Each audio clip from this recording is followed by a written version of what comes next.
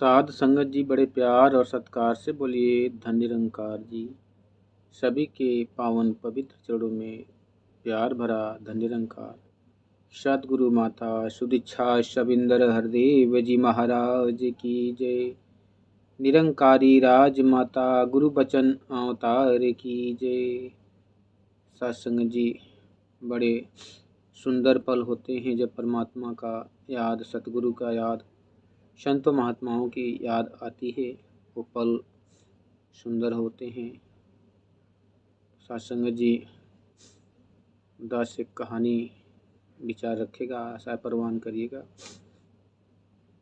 सत्संग जी, एक बार की बात है, भगवान विष्णु जी और भगवान ब्रह्मा जी दोनों लोग आपस में अपनी अपनी बड़ाई कर रहे थे। ब्रह्मा जी कह रहे थे कि मैं बड़ा हूँ, मैं सृष्टि को बनाया हूँ, इसलिए मैं सबका पिता हूँ, इसलिए मैं बड़ा हूँ तुमसे। भगवान विष्णु जी कहते हैं कि तुम्हारा जन्म मेरे कमल नाभि से हुआ है, इसलिए तुम मेरे पुत्र के समान हो, इसलिए मैं तुम्हारा पिता हूँ, मैं बड़ा हूँ। साध संगत जी, इसी बात पे मैं के चक्कर में दोनों लोगों में आपस में धीरे धीरे बहस बढ़ती गई। दोनों एक दूसरे की बातों को मानने के लिए राजी नहीं हैं। साध संगत जी, दोनों लोगों के पक्ष के जो गढ़ थे देख रहे थे कि इनको कैसे रोका जाए। किसी की बुद्धि भी काम नहीं कर रही थी कि दोनों अपने ही हैं और आपस में लड़ झगड़ने के करार पे हो गए हैं। और धीरे धीरे बात बढ़ती बढ़ती साध संगत जी युद्ध के ऊपर आ गई। दोनों लोगों के अंदर द्वंद्व युद्ध होने लगा। ये देखकर सभी देवी देवता परेशान हो गए कि कैसे रोका जाए इनको। दोनों ज्ञानी होकर भी आपस में इतने अज्ञान के कारण लड़ रहे हैं कि कौन बड़ा है कौन छोटा है। साध संगत जी, भगवान निराकार ने जब देखा कि दोनों लोग आपस में बहुत घोर लड़ाई लड़ रहे हैं और किसी को छुड़ाने का भी हिम्मत नहीं हो रही है कि कौन किसको छुड़ाया जाए, किसको समझाया जाए। बात बड़ी विचित्र थी कि कोई अपने को छोटा मानने को राजी नहीं था। इसलिए सभी के मन के अंदर ये विचार आता था कि किसी को अगर कहा भी जाता है कि मान जाओ तो नहीं मानेगा। सभी लोग भगवान का आराधना करते हैं, प्रार्थना करते हैं सत्संग जी, और भगवान निराकार रूप दोनों लोगों के बीच में एक दीवार बन के खड़ा हो जाते हैं। सत्संग जी, ब्रह्मा जी एक साइड हो गए, विष्णु जी एक साइड हो गए, बीच में वो दीवार स्तंभ के रूप में खड़ी हो गई। अब वो दोनों लोग आश्चर्यचकित होकर उस दीवार को निहारते हैं, एक इस तरफ से एक उस तरफ से। ऊपर देखते हैं सत्संगत जी तो दीवार का कोई अंत नहीं मिलता, कितनी ऊंची है। और जब नीचे की तरफ झांकते हैं, दृष्टि डालते हैं मन बुद्धि से, तो नीचे भी कोई इसका और छोर पता नहीं चलता। इतने में एक ब्राह्मण का रूप धर के भगवान निराकार आते हैं समझाने के लिए, और दोनों लोगों से आपस में पूछते हैं कि आप लोग क्यों युद्ध कर रहे हो। तो सभी लोग कहते हैं, ब्रह्मा जी कहते हैं कि मैंने सृष्टि का रचयिता हूँ, मैं सबका पिता हूँ, इसलिए मैं बड़ा हूँ। ये मान नहीं रहे हैं। तो साथ संगत जी, भगवान विष्णु कहते हैं कि नहीं, इनका जन्म मेरे नाभि कमल से हुआ है, इसलिए मेरे पुत्र के समान है, मैं बड़ा हूँ। बातें दोनों की सत्य थी, लेकिन कौन बड़ा है कौन छोटा है बता पाना बड़ा ही मुश्किल था। साथ संगत जी, उस ब्राह्मण संत ने जो भगवान के रूप में अवतरित हुए थे, दोनों लोगों को बताए।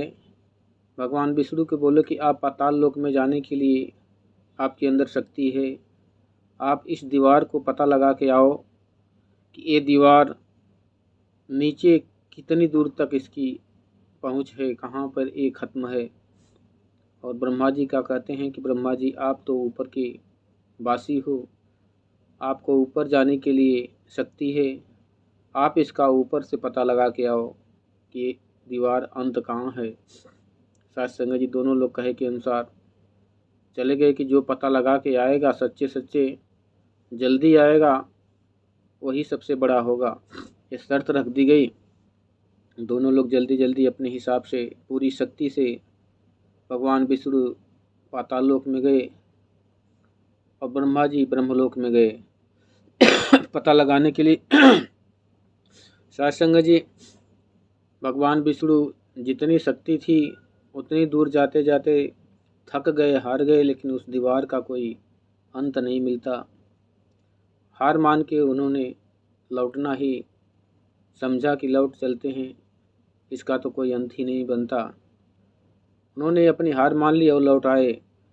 उस ब्राह्मण देव से कहे कि मैं इसका पता तो नहीं लगा पाया, ये कहाँ तक है। मेरी जितनी शक्ति थी मैंने उतना शक्ति लगा के इस दीवार को पता लगाना चाहा, लेकिन इसका अंत नहीं मिला। साध संगत जी ब्रह्मा जी थोड़ी चतुराई करते हैं। आधी दूर के लगभग जाते हैं जब, तो मन के अंदर आता है कि इतना थकावट आ गई है, अब अगर लौट चलते हैं, हार मान लेते हैं तो मैं हमेशा के लिए छोटा बन जाऊंगा। इसलिए चतुराई करते हैं कि बीच में एक केतकी का फूल उस दीवार पे फूला हुआ था।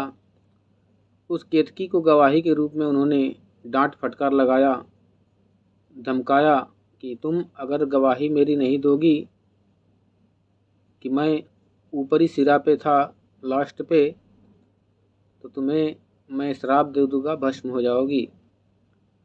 केतकी बेचारी डरी सहमी, हामी भर ली उनकी ब्रह्मा जी की कि जैसा आप बोलोगे मैं वैसा ही करूँगी, मुझे श्राप नहीं दीजिए। उन्होंने वो केतकी का फूल लेके एक सबूत के रूप में वापस आते हैं, बहुत खुशहाल हैं। विष्णु जी भी आश्चर्यचकित होकर देख रहे हैं कि इनके हाथ में क्या है। वे आके उस ब्राह्मण देव को देते हैं कि लीजिए ये केतकी का फूल और पूछ लीजिए इस केतकी के फूल से, ये ऊपरी सिरा पे थी लास्ट पे।